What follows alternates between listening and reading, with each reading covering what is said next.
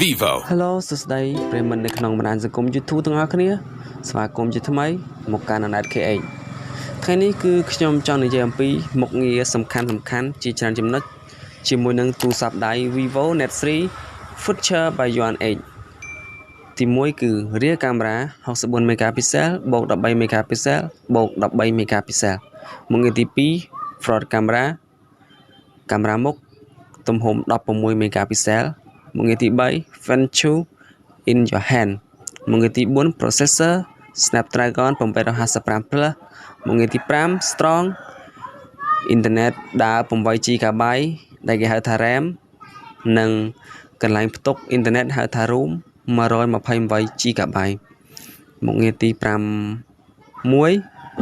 In display fingerprint scanning one touch access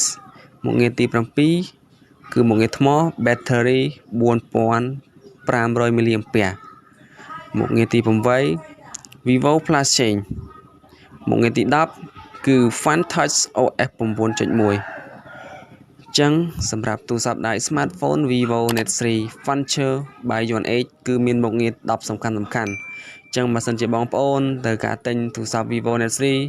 សូមតាមដានពីមុខងារទាំង10នេះសិនដើម្បីជាការប្រុងប្រយ័ត្នមុននឹងការទិញអរគុណជួបគ្នានៅវីដេអូក្រោយពីខ្ញុំបា